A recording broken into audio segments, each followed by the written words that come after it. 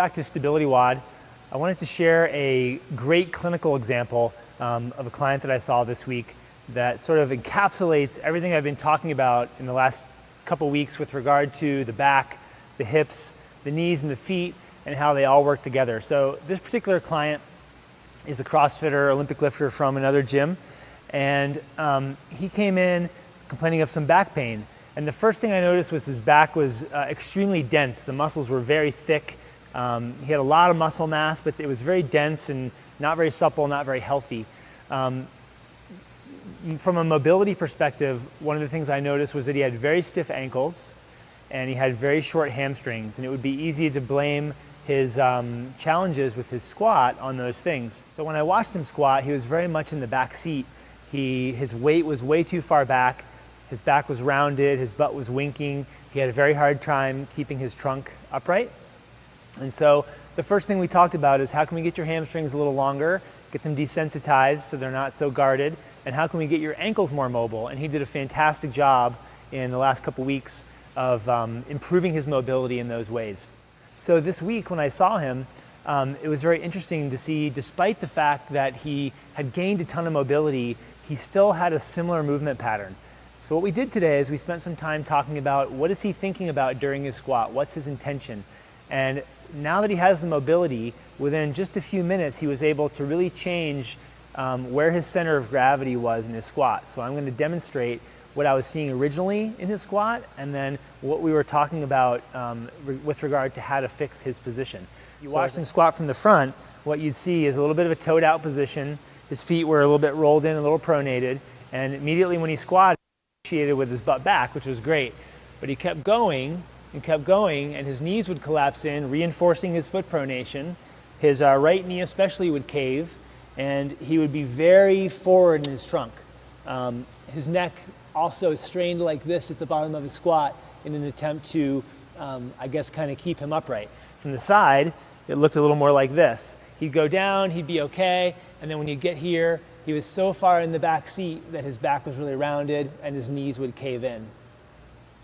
So we worked on these things for about 30 minutes with regard to cueing him to have his feet in the right position, his arches set well. He really had to put a lot of work into getting his knees driving out to open up his hips.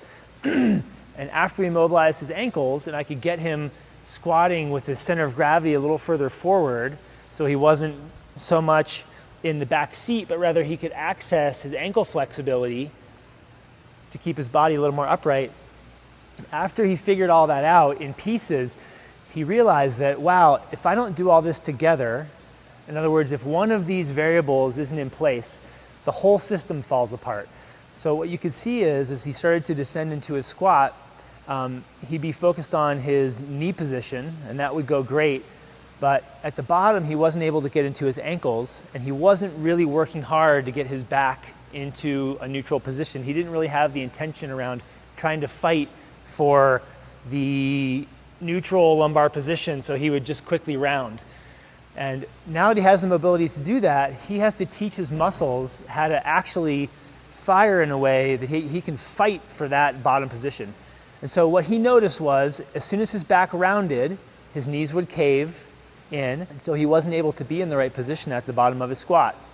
Once he put everything together, he started to really feel and really understand why he was squatting the way he was before and what he had to do to generate the right tension in his body to squat properly thereafter. So I'm going to show you the difference again between the way he was doing it and then the way we got him doing it at the end. So from the front, first thing he did was he toed out, pronated in, started with his butt back. His neck would hyperextend, his knees would cave in, and at the bottom his back would round and he'd be way forward. And then he'd stand back up. From the side, it looked a bit like this. At the bottom, really reaching forward to try to generate some leverage to help him not fall backwards, and then up. As I cued him to squat better, what I said was, all right, we're going to start by straightening your feet, finding your neutral foot position, and driving your knees out like crazy. And he had to focus a lot on keeping his knees driving out as he started to descend.